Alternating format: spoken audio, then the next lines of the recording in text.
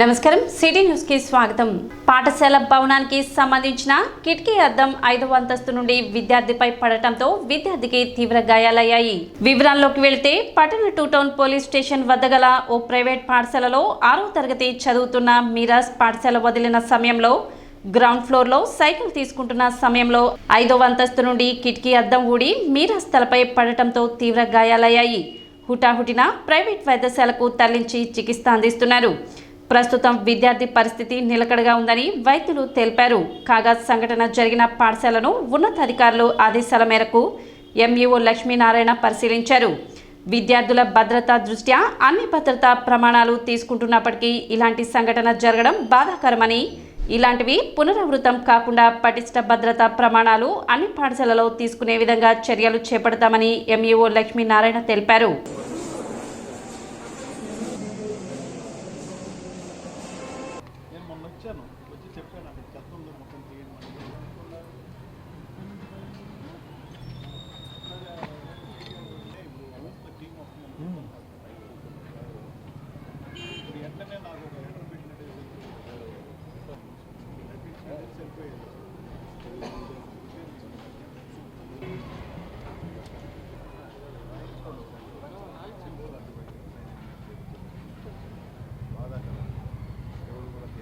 హాలిడేస్లో వీళ్ళు ఏం చేస్తారు?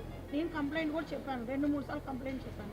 వీళ్ళు పట్టించుకోవట్లేదు. నిన్న సాయంత్రం కేకేఆర్ గౌతమ్ పాఠశాల యందు 6వ తరగతి చదువుతున్నటువంటి షేక్ మీరాజ్ బాబు 5 గంటల స్కూల్ అయిపోయిన తర్వాత తన యొక్క సైకిల్ని తీసుకోవడం కోసం మరి ఇక్కడికి రావడం జరిగింది. 5వ అంతస్తులో ఉండేటువంటి కిటికీ జారి బాబు మీద పడింది.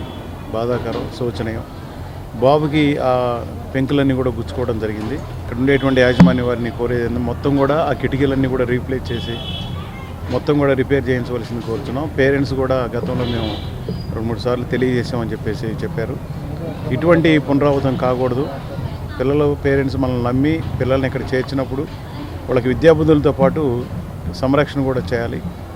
దీనికి సంబంధించి కూడా ఎందుకు ఇటువంటి పునరావృతం అయింది, ఎందుకు దీన్ని మీరు చర్యలు తీసుకోలేదని చెప్పి మరి విద్యాశాఖ తరపు నుంచి కూడా వారిని ఎవరిని అడగడం జరుగుతుంది. దీన్ని మనం డిఓ గారి దృష్టికి కూడా తీసుకెళ్ళడం జరిగింది. ఈ పాఠశాల కాదు, మిగిలినటువంటి పాఠశాలలు ఏవైతే ఉన్నాయో అపార్ట్మెంట్స్లో వాటన్నిటిని కూడా తనిఖీ చేయడం జరుగుతుంది. వాటి కిటికీలు సరిగ్గా ఉన్నాయా, ఫ్లోర్ సరిగ్గా ఉందా, లేకపోతే అక్కడ ఉండేటువంటి గ్రిల్స్ సరిగ్గా ఉన్నాయా లేవనేది కూడా చూసి మేము నివేదిక తీసుకోవడం అనేది జరుగుతుంది. మరి యాజమాన్య వారికి కూడా చెప్పడం జరిగింది. ఆ బాబుకి అయ్యేటువంటి మెడికల్ ఎక్స్పెండిచర్ మొత్తం కూడా వారే పూర్తిగా మరి చెల్లించి ఆ బాబుని పూర్వస్థితికి తీసుకొచ్చే విధంగా చేయమని చెప్పి కూడా చెప్పడం జరిగింది. పేరెంట్స్ కూడా పిలిపించాం. మరి పేరెంట్స్ నమ్మకాన్ని పెట్టుకొని మరి పాఠశాలలో చేర్పించడం జరిగింది. ఆ బాబు ఫస్ట్ క్లాస్ నుంచి మరి ఇక్కడే చదువుతున్నాడని చెప్పారు. ఇంకొక బాబు కూడా ఇదే పాఠశాలలో ఉన్నారని చెప్పారు. కాబట్టి ఇక్కడ ఉండేటువంటి మొత్తం కూడా రిపేర్స్, మౌలిక సదుపాయాలు మొత్తం కూడా మరి చేయించవలసిందిగా ఇవన్నీ పోవడం జరుగుతుంది. మరి బాబు ప్రస్తుతం మరి హెల్త్ హాస్పిటల్లో ఉండడం జరిగింది. వారు ఐసీయూలో అబ్జర్వేషన్లో పెట్టారు. మరి డాక్టర్ గారు చెప్పింది ఏంటంటే మామూలుగా అవుట్ ఆఫ్ డేంజర్ అని చెప్పడం జరిగింది. కాబట్టి ఏదైనప్పుడు మెరుగైనటువంటి వైద్యం ఇక్కడ కాకపోయినా సరే ఇంకెక్కడైనా సరే తల్లిదండ్రులు ఎక్కడైతే కోరుకుంటారో, ఎవరి ద్వారా అయితే వైద్యం చేయాలని చెప్పి కోరుకుంటారో వారిని పూర్తి స్వేచ్ఛ వారికి ఇవ్వడం జరుగుతుంది. వారు చూయించుకుంటే మేనేజ్మెంటు ప్రతి రూపాయి కూడా వాళ్ళకి చెల్లించుకునేది జరుగుతుంది. మరి మౌలిక సదుపాయాల విషయంలో కానీ, టాయిలెట్స్ క్లీనింగ్ విషయంలో కానివ్వండి, అక్కడ ఉండేటువంటి చెత్త వాటి విషయంలో కానివ్వండి, పూర్తిగా కూడా విద్యాశాఖ వాటిని పర్యవేక్షణ చేసి తగు చర్యలు తీసుకోవడం అనేది జరుగుతుంది. అంటే ఇప్పటి వరకు ఇన్సిడెంట్స్ నేను చూసినట్లయితే దాదాపు అన్నీ కూడా సౌండ్నెస్ సర్టిఫికేట్లు తీసుకుంటున్నాం. రికగ్నేషన్ పర్మిషన్ ఇచ్చే టైంలోనే సౌండ్నెస్ సర్టిఫికేట్ ఇస్తున్నారు. ఇక నుంచి ప్రతి సంవత్సరం కూడా సౌండ్నెస్ అనేది తీసుకోవడం జరుగుతుంది. తీసుకొని ఇటువంటి ఏమైనా పునరావృతం అయితే మాత్రం చర్యలు తీసుకోవడానికి వెనకడిగేయం. కార్తీక మాసం శ్రీ రామ సహిత సత్యనారాయణ స్వామి ప్రత్యేక ఉయ్యాల సేవ కండుల పండుగ జరిగింది. తెనాలి బోస్ రోడ్ లో గల శ్రీ వాసవి కన్యక పరమేశ్వరి అమ్మవారి దేవస్థాన ప్రాంగణంలో ఉన్న శ్రీ రామ సహిత సత్యనారాయణ స్వామి వారికి కార్తీక మాసం సందర్భంగా స్వామివారికి పూలతో అలంకరణ, దీపాలంకరణతో ప్రత్యేక ఉయ్యాల సేవ నిర్వహించారు. తొలుత వచ్చిన భక్తులందరి గోత్రనామాలతో స్వామివారికి అర్చన జరిపారు. అనంతరం కొండపి వసుంధర శిష్య బృందంచే సంకీర్తన గానం అద్భుతంగా జరిగింది. ఈ సంకీర్తనకు తబలాపై వంశీకృష్ణ, కీబోర్డుపై పెద్దిరాజు వాయిద్య సహకారం అందించారు. సంకీర్తన అనంతరం అర్చకులు రొంపిచెర్ల చక్రవర్తి స్వామివారికి అర్చన నైవేద్యం, హారతులు, మంత్రపుష్పం గావించి తీర్థప్రసాద వితరణ చేశారు. కొండపి శ్రీనివాసరావు మాట్లాడుతూ ప్రతి శుక్రవారం సాయంత్రం 6 గంటల నుండి రాత్రి 8 గంటల వరకు శ్రీ రమాసహిత సత్యనారాయణ స్వామి వారికి ఉయ్యాల సేవ నిర్వహిస్తారని, కావున తెనాలిపుర ప్రజలందరూ ఈ ఉయ్యాల సేవలో పాల్గొని శ్రీ రమాసహిత సత్యనారాయణ స్వామి వారి కృపకు పాత్రలు కావాల్సిందిగా కోరారు. ఈ సేవను కమిటీ సభ్యులు పర్యవేక్షించారు.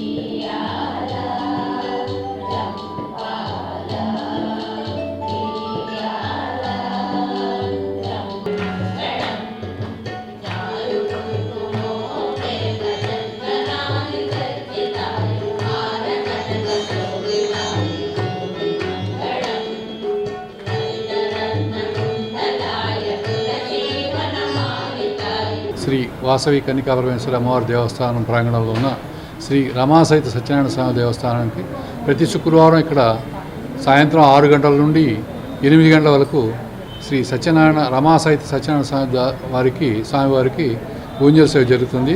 ఈరోజు కార్తీక మాసంలో శుక్రవారం ఈరోజు ప్రత్యేకంగా దీపారాధన, స్వామివారికి అలంకారం చేసి మా శిష్య బృందం అంతా కలిసి ప్రత్యేక ఉయ్యల సేవ అనుకున్నారు. ఈ ఉయ్యల సేవ ఈరోజు అద్భుతంగా జరిగింది. సుమారు భక్తులంతా 100 మంది దాకా వచ్చారు.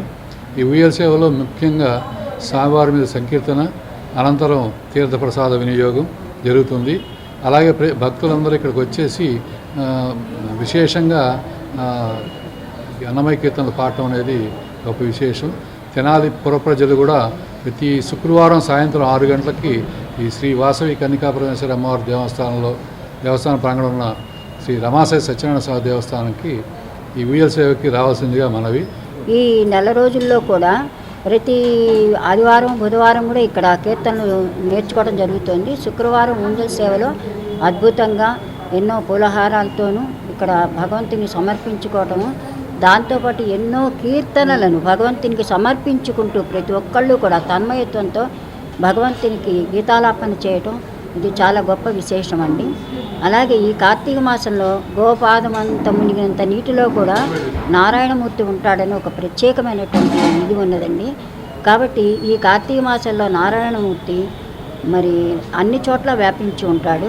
అలాంటి నారాయణమూర్తి సత్యదేవుడు అయినటువంటి ఈ గుడిలో ఈ రోజున ఈ కార్తీక మాసంలో ఈ శుక్రవారం చక్కగా అద్భుతంగా ఊంజల్ సేవా కార్యక్రమం జరిగినందుకు ధన్యవాదాలు తెలుపుకుంటున్నాము.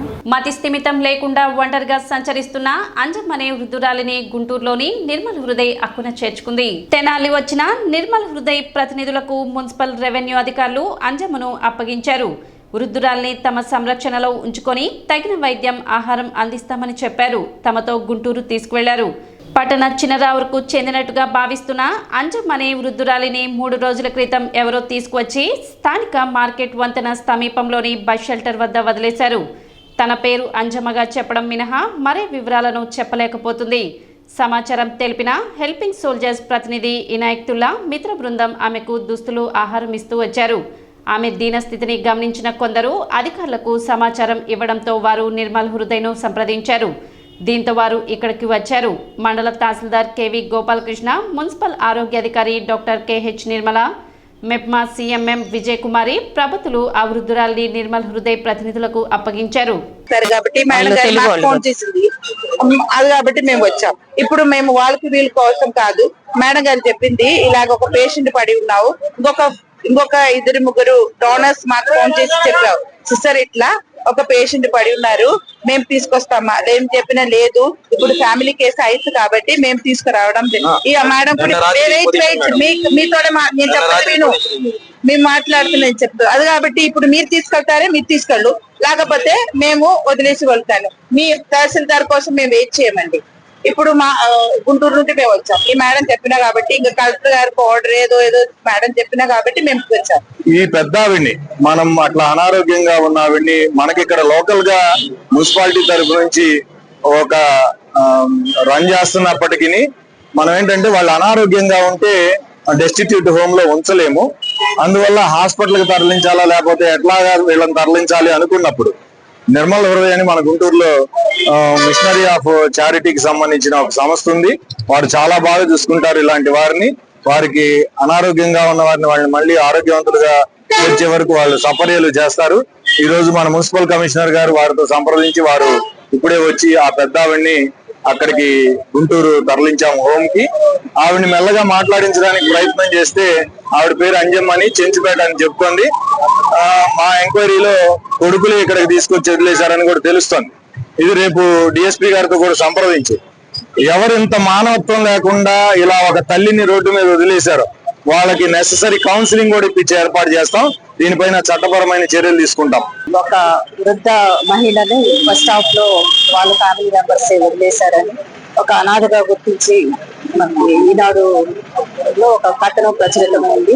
దానిపైన మన తెనాలి సబ్ కలెక్టర్ గారు స్పందించి కమిషనర్ గారికి మరియు ఎంఆర్ఓ గారికి సూచనలు ఇవ్వటం అయింది. వారి సూచనల ప్రకారం మేము దగ్గరలో ఉన్న స్వచ్ఛంద సేవా సంస్థలను సంప్రదించినప్పుడు మనకి గుంటూరు నుండి నిర్మల్ హృదయ నుంచి సిస్టర్స్ ఆఫ్ మిషనరీ వాళ్ళు వచ్చారు ఈమెను అక్కడ తీసుకెళ్ళటానికి. కాబట్టి ఈ సమయంలో మన ఎంఆర్ఓ గారి సమక్షంలో పోలీసు వారి సమక్షంలో సిస్టర్ నిర్మల హృదయ సంస్థ వాళ్ళు అంజమ్మ అనే వ్యక్తిని గుంటూరుకి నిర్మల హృదయ అనే సంస్థకి తరలించటమైంది. రోడ్డు ప్రమాదంలో తండ్రి కొడుకులు దుర్మరణం పాలైన ఘటన శుక్రవారం రాత్రి చోటు చేసుకుంది. రూరల్ పోలీసులు తెలిపిన వివరాల ప్రకారం కొల్లిపర్ మండలం తుమ్లూరు గ్రామానికి చెందిన రవీంద్రారెడ్డి 50 సంవత్సరాలు, భార్య సురేఖ, కుమారుడు హరినాథ్ రెడ్డి 19 సంవత్సరాలు కలిసి ఒకే ద్విచక్ర వాహనంపై తండ్రి కొడుకు భార్య ముగ్గురు కలిసి తుమ్లూరు గ్రామంలో బంధువు మృతి కార్యక్రమానికి హాజరై తిరిగి నంబూరు గ్రామానికి వెళ్తుండగా ఇదే క్రమంలో హాఫ్పేట, కాజీపేట గ్రామాల మధ్యలో ఎదురుగా వస్తున్న లారీ వీరి ద్విచక్ర వాహనాన్ని ఢీకొట్టింది. తండ్రి కొడుకులు ఇరువురికి తీవ్ర గాయాలు గాగా సురేఖకు స్వల్ప గాయాలయ్యాయి. స్థానికులు 108 ద్వారా తెనాలి జిల్లా ప్రభుత్వ వైద్యశాలకు తరలించగా హరినాథ్ రెడ్డి మృతి చెందగా రవీంద్రారెడ్డి చికిత్స పొందుతూ మృతి చెందినట్లు వైద్యులు ధృవీకరించారు. అనుకోని ప్రమాదంలో భర్తను, కుమారుణ్ణి కోల్పోయిన సురేఖ రోధిస్తున్న తీరు చూపర్లను కంటతడి పెట్టించింది. హరినాథ్ రెడ్డి ఐటీఐ చదువుతుండగా నంబూరులో స్థిరపడ్డారు. మృతదేహాలను పోస్టుమార్టంకు తరలించారు. ఘటనపై రూరల్ పోలీసులు కేసు నమోదు చేసి దర్యాప్తు చేస్తున్నారు. డిసెంబర్ 8న జరగబోయే నీటి వినియోగదారుల ఎన్నికలకు అధికారులు సన్నద్ధం కావాలని తెనాలి సబ్ కలెక్టర్ సంజనా సింహ తెలిపారు. ఇందుకు సంబంధించి శుక్రవారం తెనాలి ఇరిగేషన్ కార్యాలయంలో అధికారులు సిబ్బందికి అవగాహన సదస్సు నిర్వహించారు. జలవనరుల శాఖ కృష్ణా పశ్చిమ భాగం Tenali executive engineer Pulipati Venkataratnam election schedule పూర్తి వివరాలను వెల్లడించారు. చీరాల డిఈఎన్ కేవి ప్రసాద్ ఎన్నికల నియమావళి, నిర్వహణ తదితర అంశాలను ఈఓ, ఏఈఓలకు వివరించారు. తెనాలి సబ్ కలెక్టర్ సంజనా సింహ మాట్లాడుతూ కలెక్టర్ ఆదేశాలతో జిల్లా వ్యాప్తంగా నిర్వహిస్తున్న ఎన్నికలను ప్రతిష్టాత్మకంగా నిర్వహించబోతున్నట్లు తెలిపారు. ప్రతి ఒక్కరూ సమర్థవంతంగా పనిచేయాలని అధికారులను ఆదేశించారు. కార్యక్రమంలో tahsildar KV Gopalakrishna, Duggirala tahsildar I Sunitha, Duggirala irrigation DER Srinivas, drainage sub division Tenali DEM Anil Kumar, MPDO Attoda Deepthi, revenue అధికారులు తదితర ప్రభుత్వ యంత్రాంగం పాల్గొన్నారు. వాటర్కి సమస్యలు వస్తే రైతులే ఆ అసోసియేషన్ మెంబర్స్ ఉంటారు కాబట్టి డెమోక్రటిక్గా వాళ్ళే దాన్ని సాల్వ్ చేసుకుంటారు. అంటే ఒక రైతుకి మిగతా రైతులాగే ఆ ఒక వాటర్ మీద రైట్ ఉంటుంది. అందుకని ఇది అన్నమాట. జనరల్ ఎలక్షన్స్ ఎలా అయితే డెమోక్రసీని మన దేశంలో నిలపాలనుకుంటుందో వాటర్ యూజర్ అసోసియేషన్ వాటర్ పట్ల రైట్స్ని అంతే డెమోక్రటిక్గా ఉండాలి అని చూడడానికి. ఆబ్జెక్టివ్ని మీరు అర్థం చేసుకుంటే ఇంపార్టెన్స్ ఆఫ్ ఈ ఎలక్షన్స్ని కూడా అర్థం చేసుకోగలుగుతారు. ఎప్పుడు కూడా ఎలక్షన్స్ కానీ పాలిటిక్స్ కానీ గ్రౌండ్ లెవెల్లో ఇంకా ఎక్కువ కంటెస్టెడ్గా, ఇంకా ఎక్కువ చాలా షార్ప్గా, చాలా అంటే కఠినంగా అవుతూ ఉంటాయి. ఏ ఒక్కళ్ళు ఓడిపోయినా, ఏ ఒక్కరికి తక్కువ ఓటు వచ్చినా అది కంటెస్ట్గా మారుతుంది. అలా అవ్వకుండా అన్నీ కూడా మనం ప్రొటెక్టివ్ మెజర్స్ తీసుకుని ఎక్కడ కూడా తప్పు చేయకుండా చాలా సేక్రెడ్గా ఈ మొత్తం ప్రాసెస్ అయ్యేటట్టు అందరూ కూడా చూడాలి. అది మన బాధ్యత. అండ్ ఇందాక మీరు ఆల్రెడీ విన్నారు, దీనికో సెట్ ప్రొసీజర్ ఉంది కాబట్టి ఎక్కడ కూడా అది తప్పుగా దాని నుంచి డీవియేట్ అవ్వకుండా మనం చూసుకోవాలి. సో రైతులకి మీరు డెఫినెట్గా అవేర్నెస్ కల్పించండి. మీ విఆర్ఓస్తో పాటు అండ్ అగ్రికల్చర్ అసిస్టెంట్స్, ఇరిగేషన్ వాళ్ళు కూడా దే గివ్ అవేర్నెస్. దాంతోపాటు form BCD only land holders కాకుండా వేరే వాళ్ళని కూడా ఇంక్లూడ్ చేయాలి. అవి ఎక్స్క్లూజన్కి అవ్వకూడదు. ఎలానో ఇప్పుడు మనకు వచ్చేసింది కాబట్టి ఓటర్ లిస్ట్. సో మనకి next important days 5th December, 8th December. So ఎట్టి పరిస్థితుల్లో ఆ రోజుల్లో ఇంకా running up to that we will have task అని దీన్ని ఇంపార్టెంట్గా ప్రయారిటీ ఐటమ్గా తీసుకుని ఎన్ని పనులు ఉన్నా కూడా దీనికి మనం మన ఇంట్రెస్ట్ని, మన ఓపికని అట్లానే మన డ్యూటీగా భావించి దీన్ని సరిగ్గా చేయాలి. గుంటూరు డివిజన్లో తెనాలి షుడ్ డూ వెల్.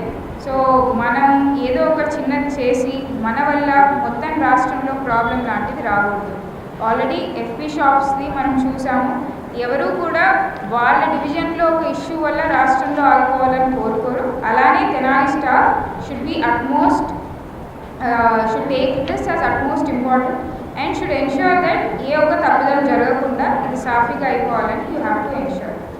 సిస్టంలో ఈ 12 టీసీలకు సంబంధించి 12 రూములు ఉన్నాయా, 6 రూములు ఉన్నాయా అనేటువంటి విషయాన్ని తీసుకోవాలి. 6 రూములో 12 రూములో వాటిని సెలెక్ట్ చేసుకున్న తర్వాత వాటి ఏదైనా పార్టీషన్ అవసరం అనేది చూసుకున్న తర్వాత దీనికి సంబంధించినటువంటి ఈఓలు, అసిస్టెంట్ ఈఓలు, పిఓలు, ఏపీఓలకు సంబంధించి ఒక వాట్సాప్ గ్రూప్ ఒకటి క్రియేట్ చేసుకోవడం. ఈ వాట్సాప్ గ్రూప్ క్రియేట్ చేసుకున్న తర్వాత మీకు దానికి సంబంధించినటువంటి ఎలక్ట్రాన్స్ ఏదైతే ఉన్నాయో market copy, B form, C form, D form. BC అనేది మనకి ఇంపార్టెంట్ కాదు, డి మాత్రమే.